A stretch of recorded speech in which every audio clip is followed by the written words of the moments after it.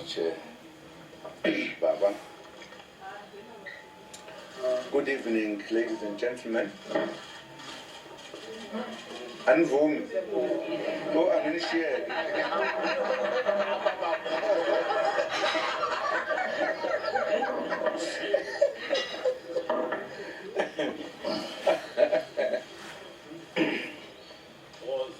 Sorry, I forgot to do introductions quickly. Flanking the president here and his daughter are the lawyers. Advocate Dalimbo, Senior Counsel. On this side is Advocate Masuku, Senior Counsel. Baba's daughter, Dudu, and the man that did no introduction.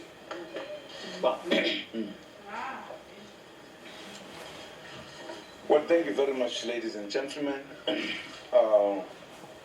May I start by greeting members of the media gathered here, and thank you for ensuring that the people of South Africa, the continent, and the world get to hear my posture as regards the Kampepe judgment that sentenced me to jail without trial.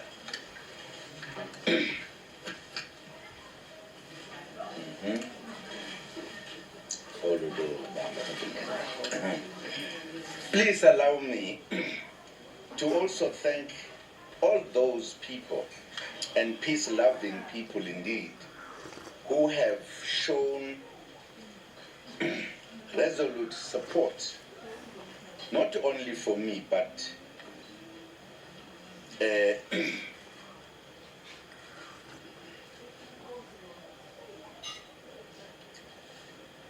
for the rule of law and justice. I must also hasten to acknowledge and appreciate the Constitutional Court for its recent announcement, where it indicated that on the 12th of July, it will give me audience. I trust that the peace-loving people of South Africa will support me until this matter is concluded in a manner that ensures that the rule of law and the Constitution will reign supreme. I fully agree with the Constitutional Court that our democracy was achieved through the sacrifices of men and women who gave up life itself. But they did so exactly so that things like detention without trial should never again see the light of day in South Africa. The struggle for a free South Africa was a struggle for justice where everyone is treated equally before the law. Constitutional democracy should mean no one, not even judges, are above the law, and that the Constitution is the supreme law of the land, where any act or conduct not consistent with the Constitution is null and void. It is against this background that I applauded the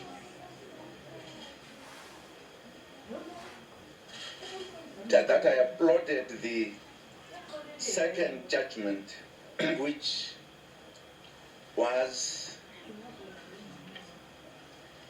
dispassionately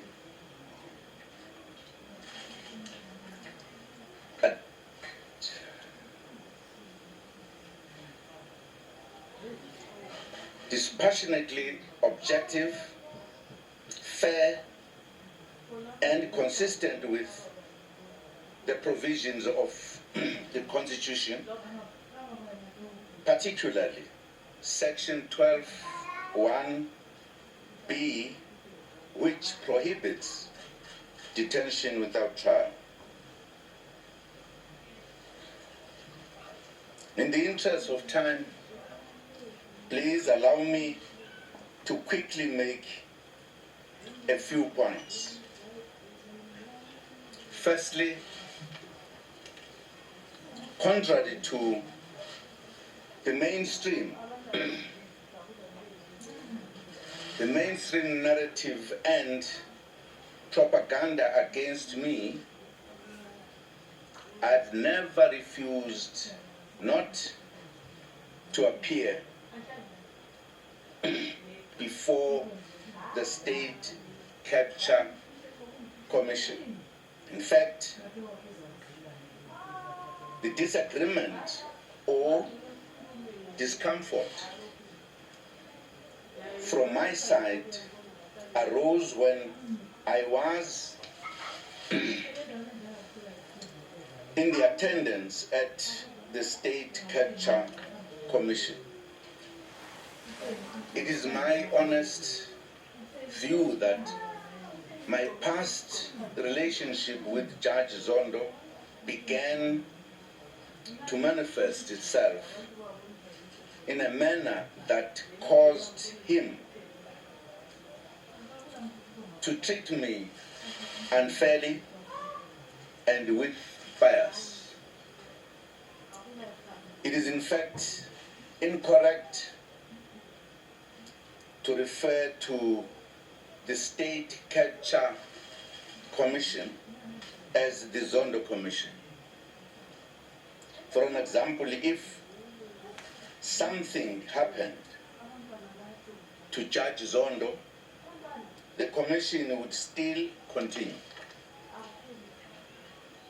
If a member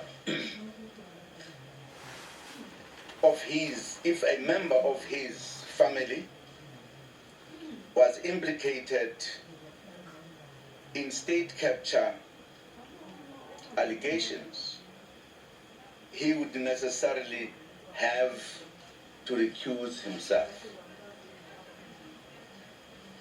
I made a submission to Judge Zondo pointing out exact details to support my contention that he is not neutral. He also made his own submission to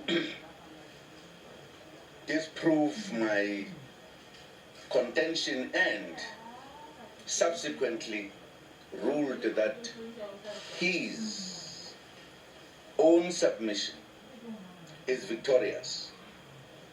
This then meant that I was now forced to appear before somebody I have accused of bias and conflict of interest. As things stand right now, that issue is being adjudicated in a court of law, and I'm still awaiting the outcome of that court. Had Judge Zondo simply recused himself and allowed my submission to be made to somebody neutral, the people of South Africa would have heard my version as regards all the unsubstantiated allegations against me. All I am asking for is fairness and consistency. Jacob Zuma is not the first person to have a reason not to appear before this State Capture Commission.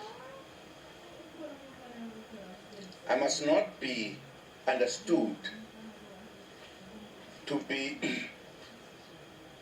condoning any acts or conduct that seek to deliberately frustrate the objectives of the Commission. The only point I seek to make is how the State Capture Commission responded to some of the individuals who defied the calls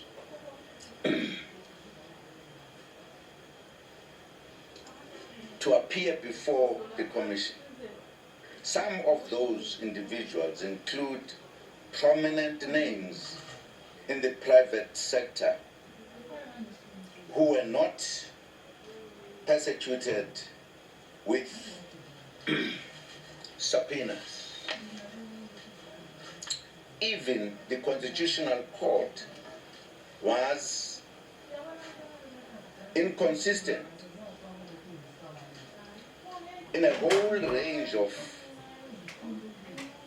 instances, including denying direct access to cases involving life and death matters, but granting direct access for squabbles which could have been referred elsewhere.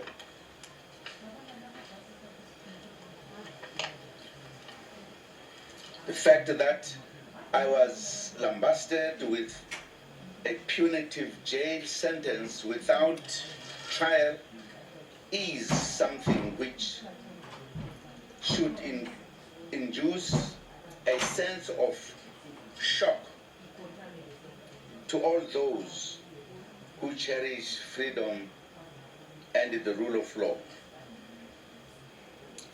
The rule of law does not mean dealing harshly with those you may dislike for whatever reason. Thirdly, I'm very concerned that South Africa is fast sliding back to apartheid type rule.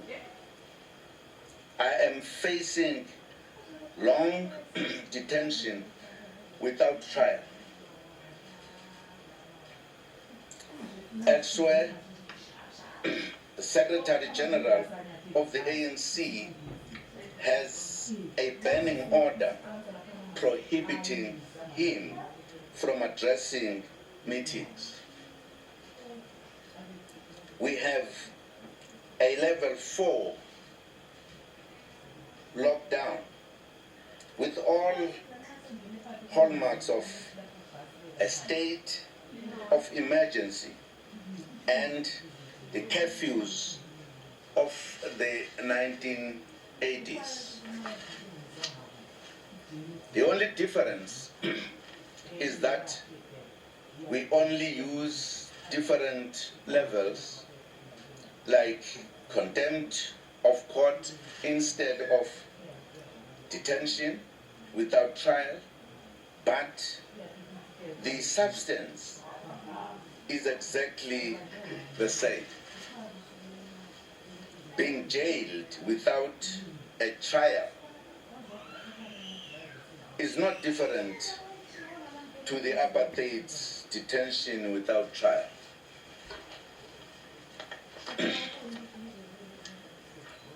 Fourthly, I believe in the rule of law. I fought and went to prison and exile so that there must be justice and the rule of law in our country. No honest person can accuse me of being an enemy of the rule of law.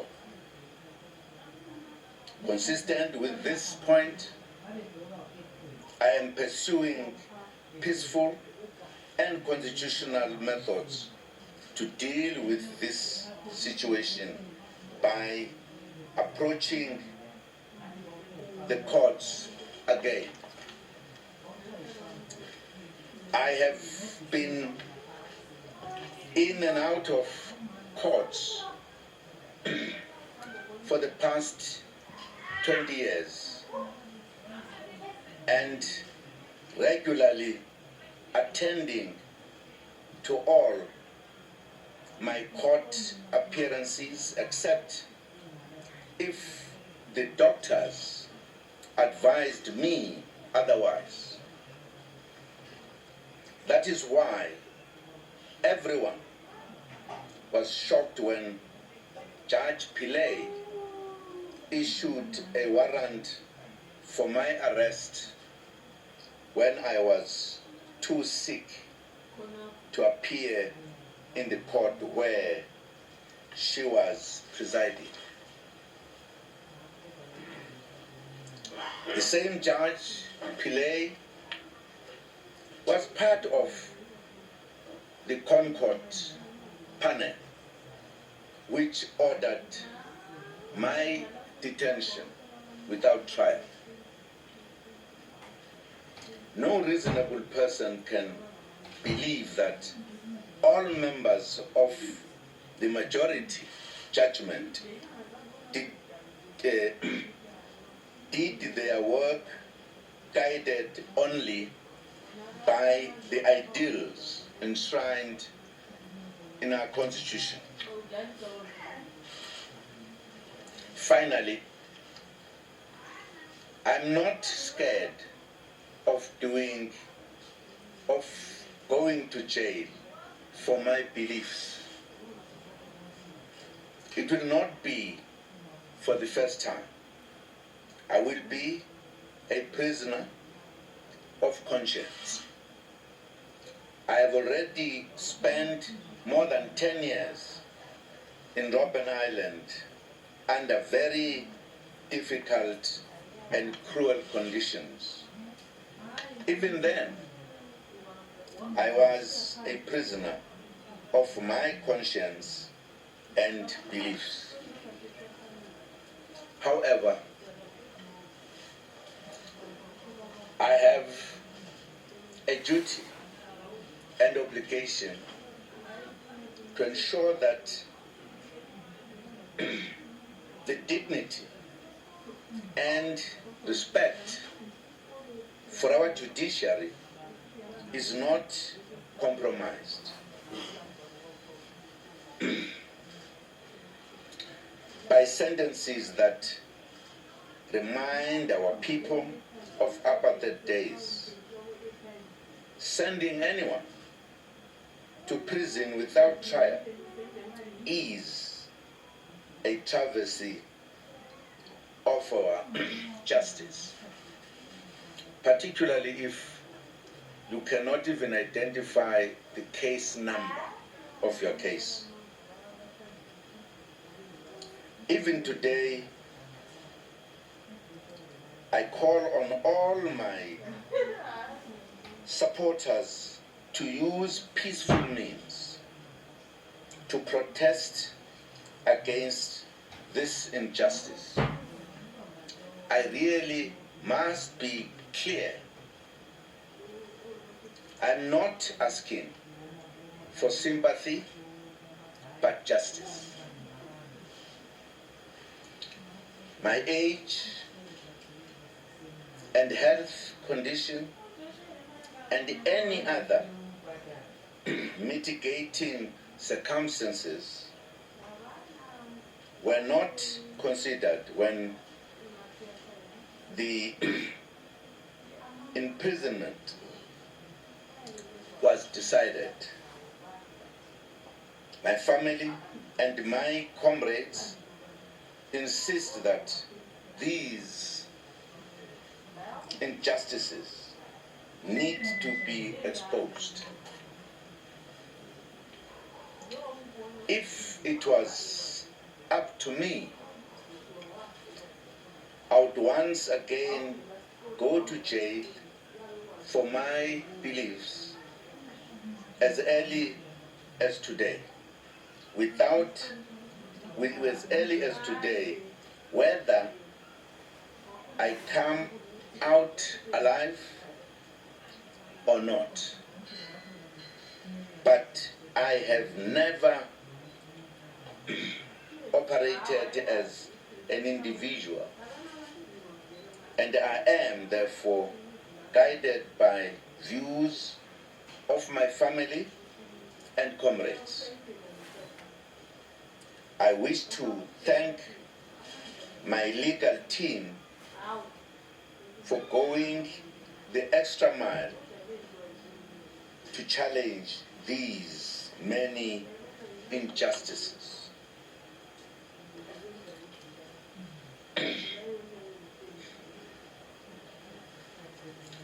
Even murderers, serial killers, bank robbers, and child molesters are granted their fair opportunity to give mitigation after conviction but before sentencing.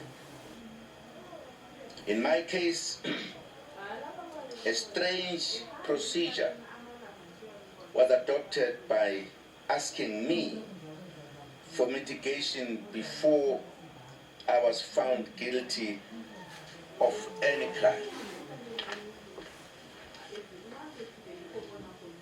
It cannot be that there is Zuma laws in South Africa.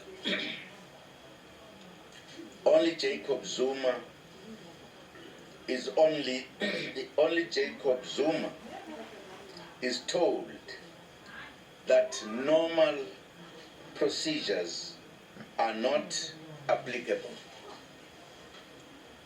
Only Jacob Zuma is told that appeal processes are too protracted. Only Jacob Zuma is asked to give mitigation before being found guilty. Only Jacob Zuma, or only Jacob Zuma name is mentioned that the highest court in the land agrees to be a court of first instance in criminal proceedings. Sending me to jail during the height of a pandemic at my age is the same as sentencing me to death. The death sentence was declared unconstitutional in South Africa in 1995. As a result of my own sacrifices and those of millions of South Africans. I thank you, ladies and gentlemen. Thank you, Mr. President. We're now going to go through a round of questions. I note your hand.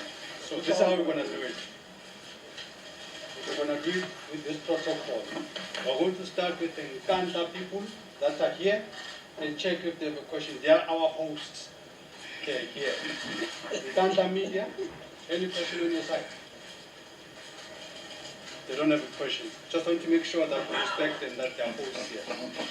Right, then we're going to go local and then we go international. From the local side, I've got News 24 here. They say they've got a breaking news question. Over to you, Budi.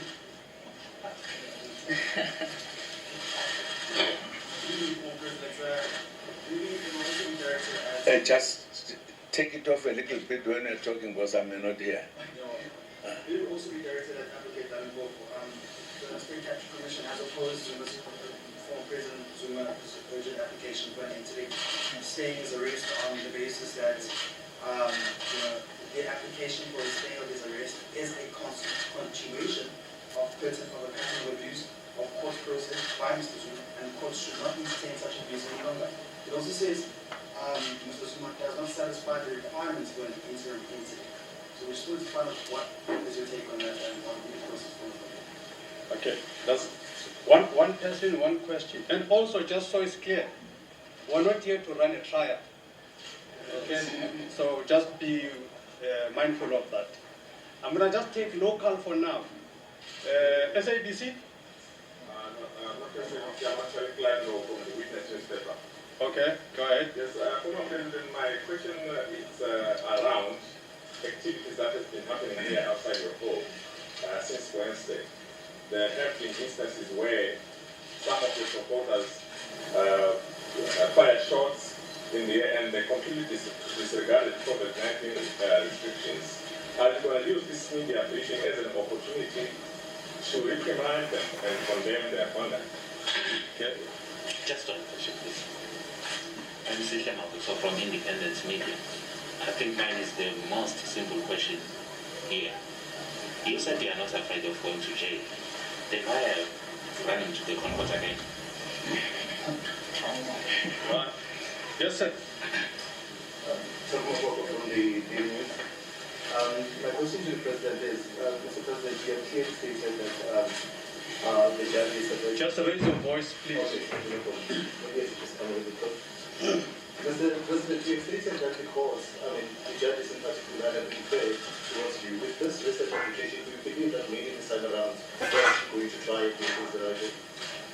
That's my question. Okay. Yes, sir. Thank you very much, Mr. Sangala from News Africa. Mr. President, you are saying today that you feel that you appreciate and acknowledge the protocol for affording you the opportunity to present your case and remembering the tone of your letter to them when they invited you to address them, where you had said that it was a gimmick. Since you changed in tone, do you now believe that you owe the Constitutional Court an apology in how you treated them? Okay. How many questions have we got now? Okay. I think I know the questions that the first round. Okay, let's just maybe just attempt to answer the questions here. And the lawyers are here to deal with the technical issues. Okay. Advocate Mbofu is going to work with the President here to choose which questions are answered by who. Advocate Mbofu, which one are you asking or taking? I'll speak after. Okay, President. Which one? The charges will be fair this time.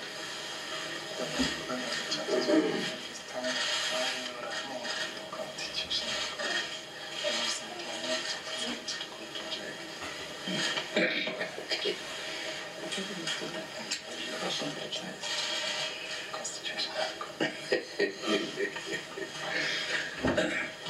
No. Firstly, we live in a country that we believe takes a very keen interest to fairness and law. This is a country that we believe in the law. We also believe that some people at times interpret laws in different ways. That is why when people are convicted in lower courts, they appeal to higher courts, hoping some judges or those who will be looking at the matters will be able to exercise and interpret the law correctly. It's a system in the country, open for everyone. I think from our point of view, given the manner in which this judgment was, it was important to react to it by saying, look at it again. Is this what you actually mean? There's nothing wrong if you do so. We are not also asking for or wanting to give an apology. We are exercising your right as a citizen in this country, whatever view you have, whether you fear or not fear the courts, but it is your right to do so, so that you are satisfied, or the judges look at what they've done themselves, because here you can't go higher than the Constitutional Court. In other words, to indicate to them the issues that you feel were not fair, or their judgment had not considered every other thing. There's nothing wrong in doing so, whether you're afraid of prison or not. But we have got to do so to ensure that the law has been looked at thoroughly. And if you go there because they've done, they might say, we stand on our views, fine. But they might even realize, particularly in this case, there were two views about this. It was not a unanimous view that we're all correct. And others, those who disagreed with the majority, I think raised very serious, sound legal issues and constitutional issues. And I don't think there is anything wrong then if you say, guys, consider what you did. Is it what you think is the final, or you could correct your mistakes? And here we don't want to get into those details. But this is what made us to say, consider this, whether you cannot reduce it or change it. Okay. Thank you very much. To the first question, well, firstly, I wish to make it clear that, as you know, ordinarily advocates do not speak to the media, but Advocate Masuku, SC, and I will deal with some of the issues because of the extraordinary circumstances that are facing the country. We asked for special permission from those who control us so that we can deal with the issues here. And that is because of the situation that everyone can see outside, which might escalate into something that we all do not want to happen. As President Zuma has said, that is why he has chosen to take the peaceful route of going back to the courts, whatever his misgivings might be. And we, as officers of the court, want to support that stance. But as far as the question is concerned, let me just say this. We are here just to clarify, because there's a lot of confusion about, there are two cases, one is in the Constitutional Court, one is in the High Court, just to clarify how that works. However, we are certainly not going to go into the merits of those cases, or whether those cases are strong or weak, because it would be unfair to do so. That will be done in court when our opponents are there to answer for themselves. So we cannot get into the nitty-gritties of the cases. Simply to say that, yes, to your direct question, we have noted that the Minister of Police, the Commissioner of Police, and the President of South Africa have chosen not to oppose the application that we have brought on Tuesday to the High Court. They have filed a notice to abide. And yes, you are correct that the only persons who are opposing that application to stay the arrest pending the Constitutional Court application is the Commission, and I think the amicus curiae, or what is called the friend of the court, the Helen Suzman Foundation. We have only seen the affidavit of the Commission, and as I say, we will deal with it in court. Okay. All right. I'm going to take, I just want to take hands from international media now. I will still come back, guys, local. Raise hand. Yours was answered. What was the question? Apologies. Just answer. Okay, firing shot. That's fine. And yours? One of the apologies was answered. Why not whether he feels he should be Yeah, it was answered, but maybe don't like the answer, but it was answered. People firing shots? Yes, and also discussing COVID-19 restrictions. And I was asking the former president whether you want to use this media briefing to remind and condemn the supporters who have been engaged in such a. Well, I'm not sure whether that question is helpful to me, who is feeling very much aggrieved, because the reaction of the people tells the story that they are not happy with what the court has done. And I think it is their own reaction that they make, which I think must tell all of us that we must always do things correctly. We must not provoke people. And that question might be useful to other people. Because I was not responsible for what has happened. I was not responsible. If it was me who had said, look, do this, I would be answering the question maybe for very directly. Thank you, Mr. President.